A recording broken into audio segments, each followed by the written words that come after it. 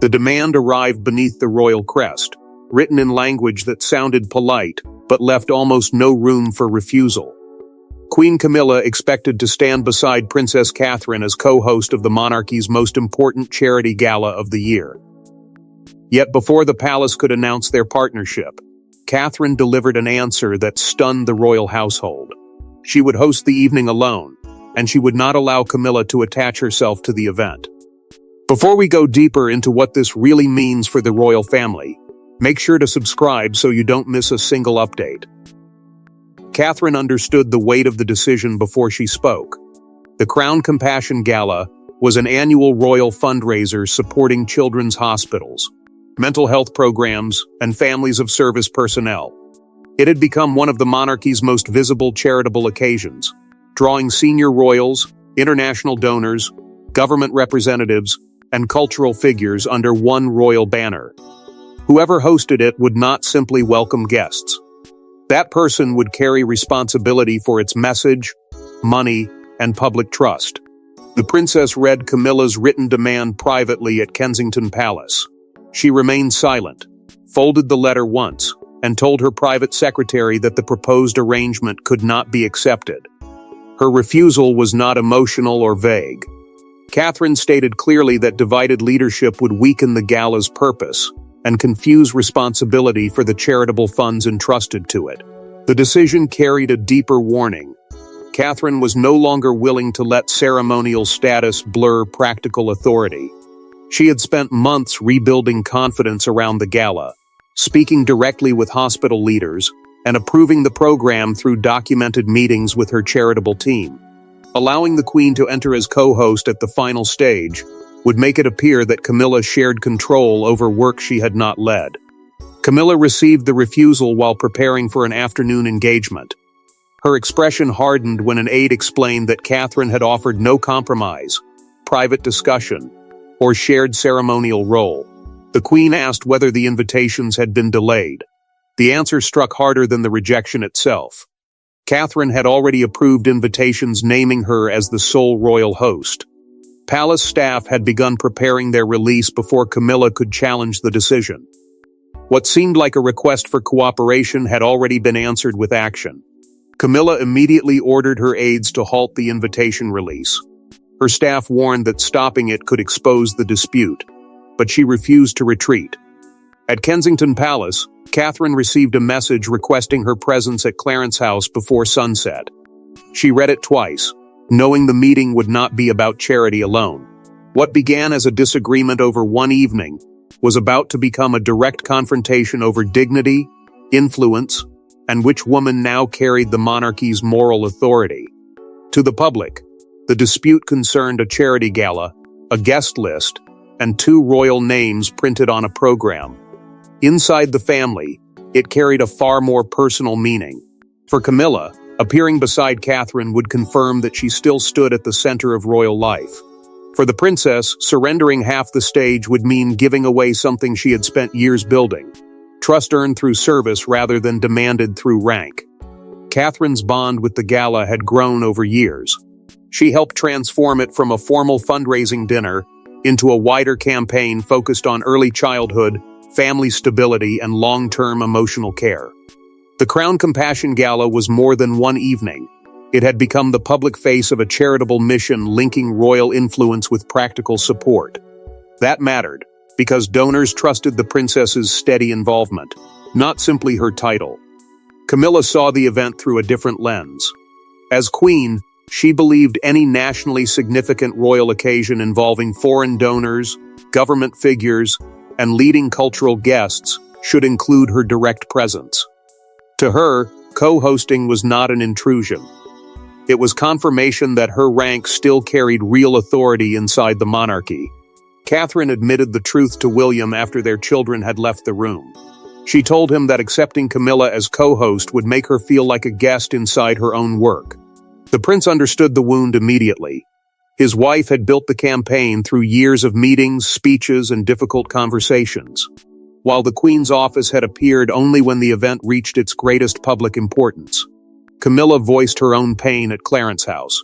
She told Charles that Catherine's refusal had humiliated her before the household, and made her look increasingly irrelevant.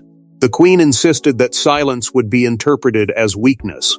Charles listened, but the king began to sense that pride had replaced cooperation. William then exposed the deeper problem through a documented account from Catherine's private secretary. Camilla's office had drafted the joint host announcement before discussing it with the princess, treating her approval as automatic. Worse, Charles discovered that the proposed program placed Camilla's name first, gave her the opening address, and reduced Catherine's speech to a short introduction of the charity beneficiaries. The king asked for the original Gala plans. He read them carefully, comparing the approved version with the revised program. One page did not match. A section outlining Catherine's leadership role had been removed and replaced with language giving the Queen ceremonial control. Charles stopped speaking. The alteration proved that this was no misunderstanding. Someone had tried to rewrite ownership of the event before Catherine could object. The missing page did not merely expose an administrative alteration. It pointed back to a single ceremony where Catherine first realized that Camilla intended to take control. The rejection at Kensington Palace had not been born in a single angry moment. Its roots reached back 6 months, to a winter reception inside St. James Palace where Catherine believed she and Camilla were presenting a united royal front. That evening, before hundreds of guests, one unexpected change stripped the princess of a promise she had made to grieving families. Catherine smiled through the ceremony, but after the doors closed, something between the two women never recovered. Catherine had spent months preparing for the Winter family's reception. The event supported children who had lost parents in military service, and she had been promised the closing address, the final speech that ends a royal ceremony and delivers its central message. That moment mattered because she planned to announce a multi-year support program developed through her charitable foundation, giving grieving families more than sympathy. It would give them lasting help. Camilla's office challenged the arrangement before the guests arrived. Her advisors argued that protocol required the Queen to speak last because the most senior royal normally closes the ceremony. Yet the reception had been built around Catherine's work, her meetings with families, and the commitments she had already made. Rank and responsibility were moving toward collision. The blow came minutes before the reception began. A courtier entered Catherine's preparation room and told her that Camilla had taken the closing speech. The program announcement had also been removed from the schedule. Catherine asked whether the decision was final. The courtier lowered his voice and confirmed that the Queen's office had already approved it. Catherine found Camilla in a narrow antechamber and confronted her directly.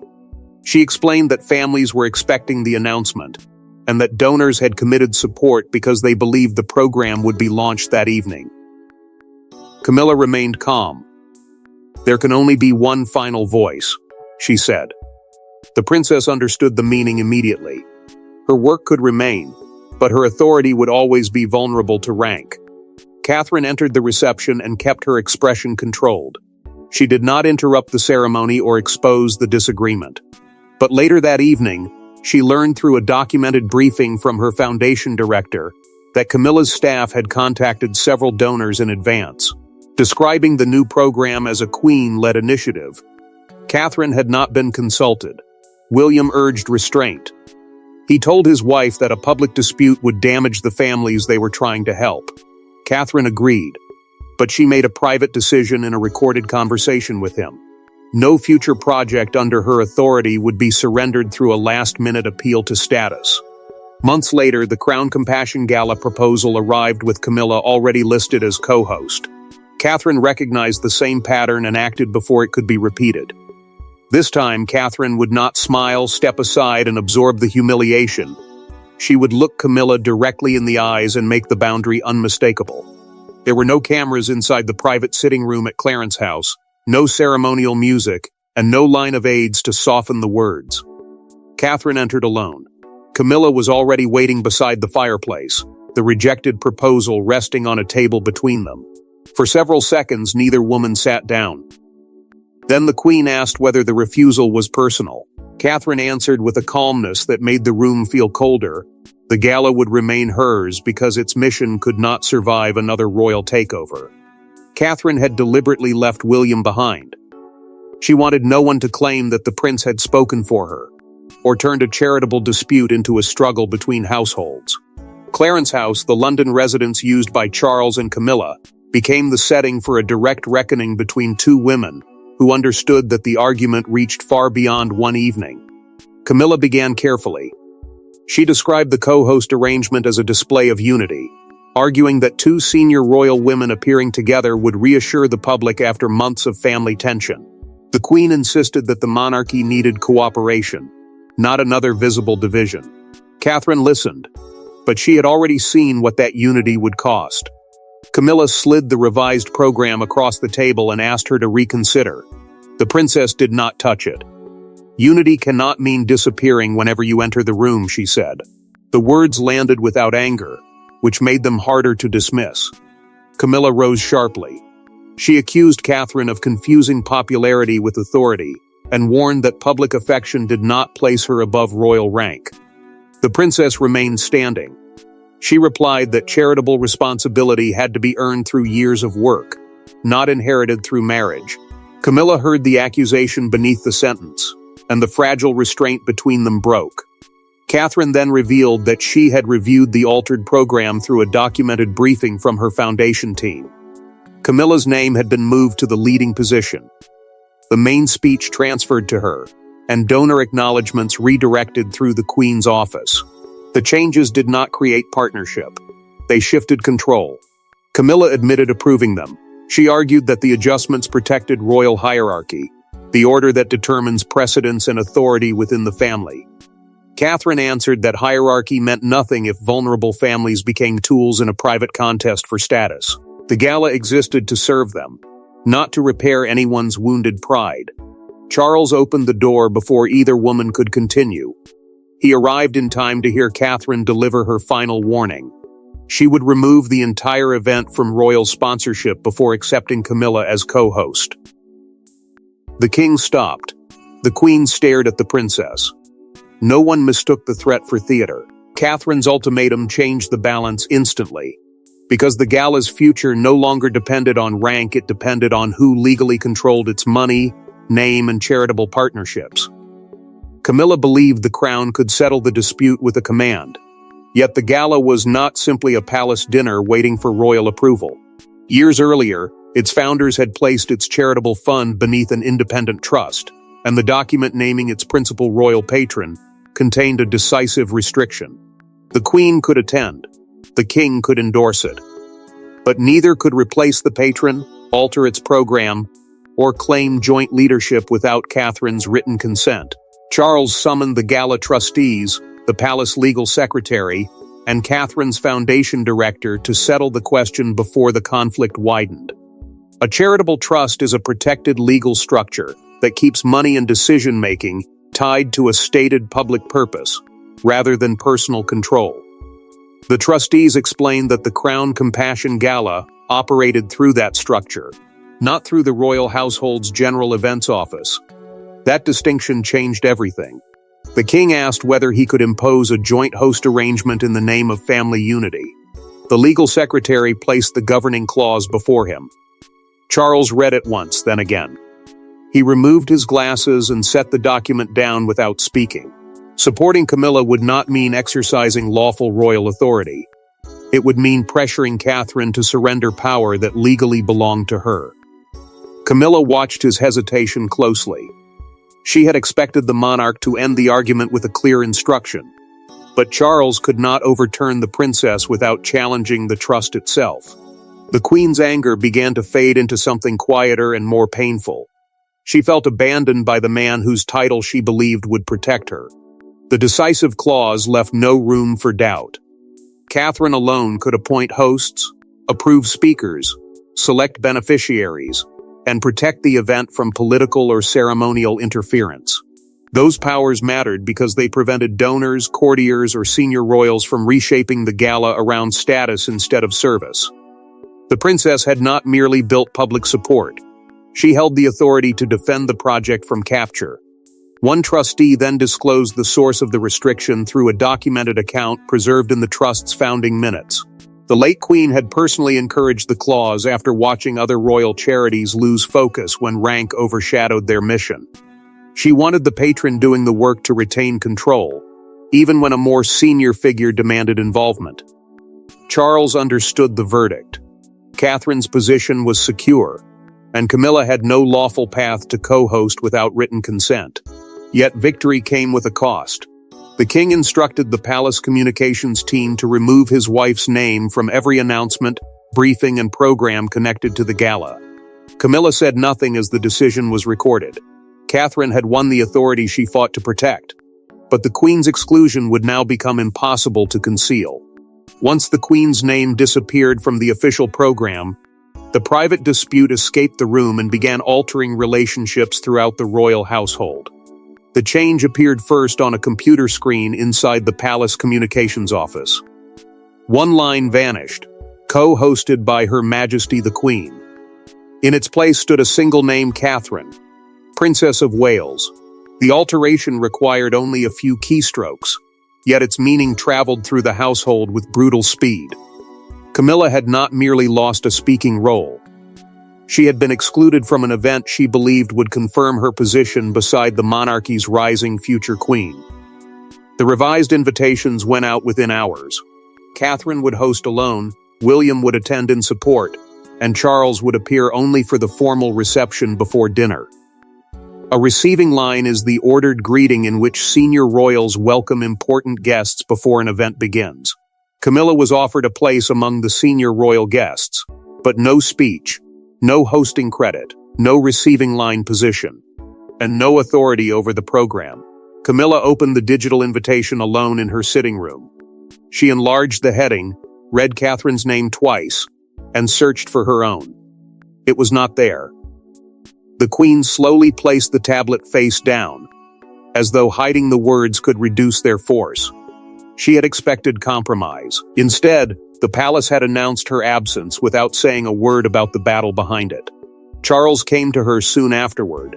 He told his wife that the decision protected the charity and prevented a public dispute from damaging vulnerable families. Camilla asked whether protecting Catherine now mattered more than protecting her from humiliation. The king did not answer quickly enough. His pause wounded her more than any official ruling. The consequences spread beyond the gala. Courtiers who had previously routed donor questions, guest approvals, and program changes through Camilla's office began reporting directly to Catherine's team. The shift mattered because palace influence was often measured through access rather than public titles. Every redirected message showed that authority had moved. Catherine felt no triumph. Her advisors suggested issuing a statement praising Camilla's charitable service, hoping soft words might hide the tension. The princess refused. She believed artificial praise would expose the conflict more clearly and turn vulnerable beneficiaries into cover for a family dispute. She had protected her work, yet the victory left the household colder. William watched both women retreat behind silence. He feared that legal clarity had hardened personal resentment, and that the gala could succeed while the family around it fractured. The prince therefore arranged one final private meeting between Catherine and Camilla, with no advisors, altered programs, or rules of precedence standing between them. Camilla accepted because she wanted her dignity acknowledged. Catherine agreed because she wanted the struggle to end without another surrender. With every institutional argument removed, the two women would be left with something far more difficult to confront: the personal wound beneath the struggle for control. The second meeting did not take place beneath chandeliers or beside royal portraits. William chose a small garden room where neither household could claim the territory as its own. Catherine arrived first. Camilla entered moments later without an aide and closed the door herself. No papers were placed between them. No titles were announced. For the first time since the dispute began, they faced each other not as future and present queens, but as two women carrying years of suspicion. William remained outside. He had asked both women to attend, but he understood that any peace imposed by Charles, advisors, or legal officials would collapse during the next disagreement. A royal household meant the staff and offices serving a senior member of the family, and this meeting had been placed beyond both households, so neither side could control it.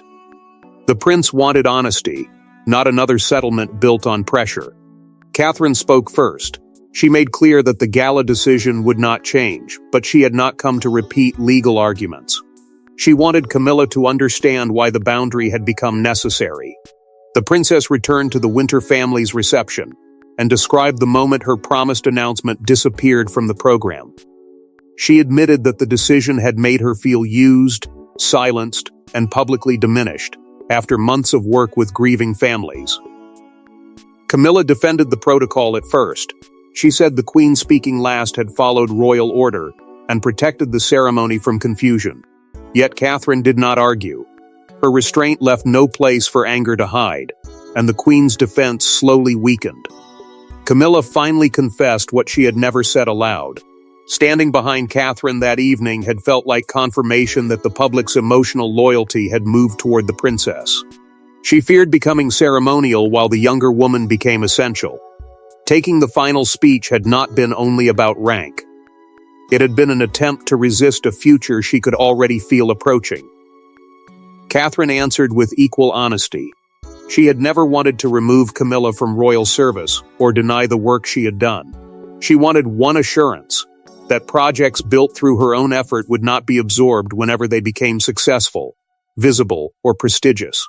Camilla accepted the truth. Her demand to co-host had been driven partly by insecurity, not charity. She withdrew the challenge, but asked Catherine not to present her before the country as defeated.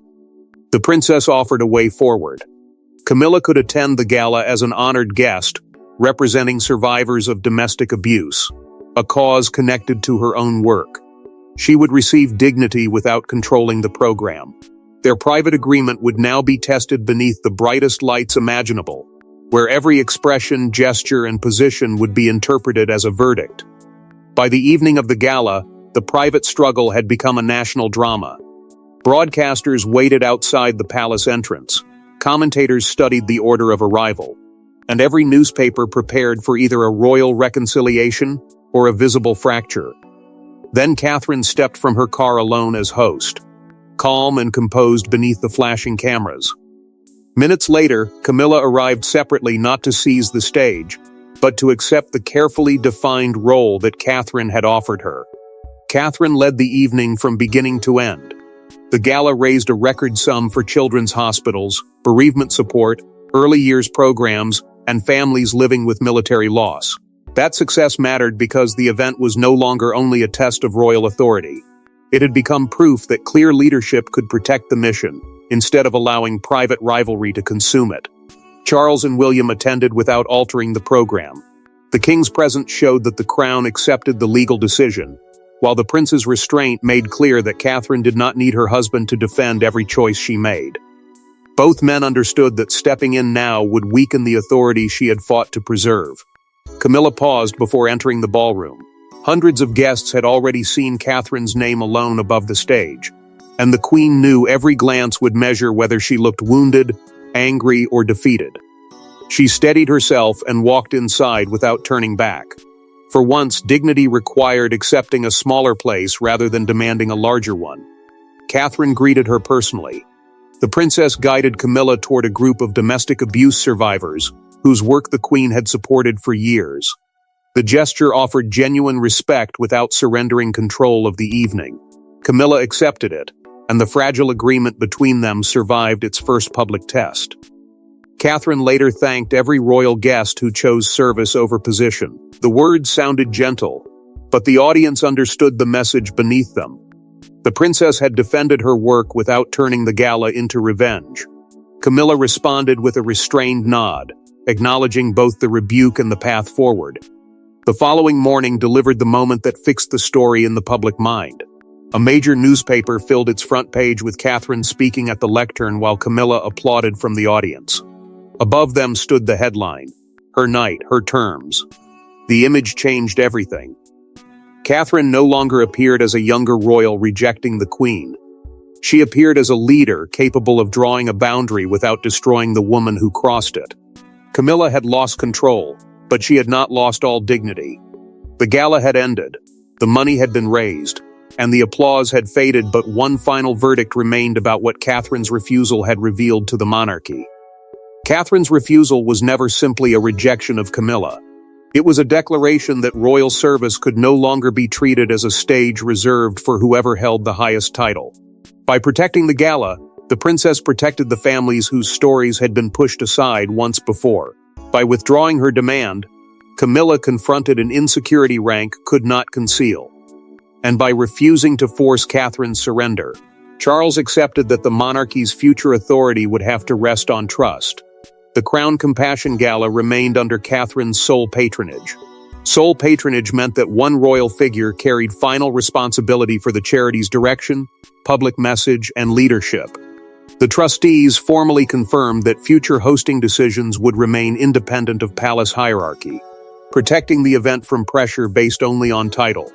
That ruling mattered because the families and donors supporting the gala needed certainty that its purpose could never again be rewritten by private ambition. Camilla continued her own charitable work, but she no longer tried to attach herself to projects Catherine had already built.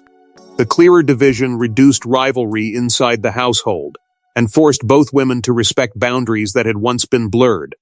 The Queen remained senior in ceremonial rank, yet she accepted that status did not grant automatic ownership over another person's service.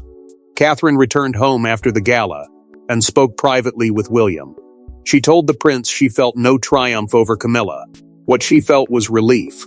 The princess had not abandoned the bereaved families, hospital teams, and vulnerable children who trusted her to protect the event from becoming another royal contest.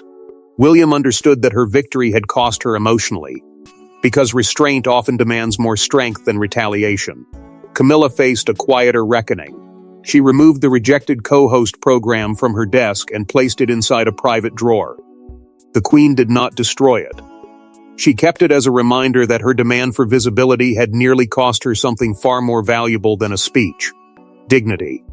Charles recognized the deeper change through a documented private discussion with his senior advisor. The king admitted that the confrontation marked a transfer of moral influence between generations. Catherine had needed no crown, command, or permission from him to make the household follow her lead. The final truth was not that Catherine defeated Camilla. It was that she created a resolution in which the monarch could step back without being publicly destroyed. Her authority came from discipline, service, and restraint. And so the conflict closed with neither exile nor revenge. But with a permanent truth, Camilla's title commanded ceremony, while Catherine's courage commanded trust, and on that night, the monarchy discovered which form of power would shape its future.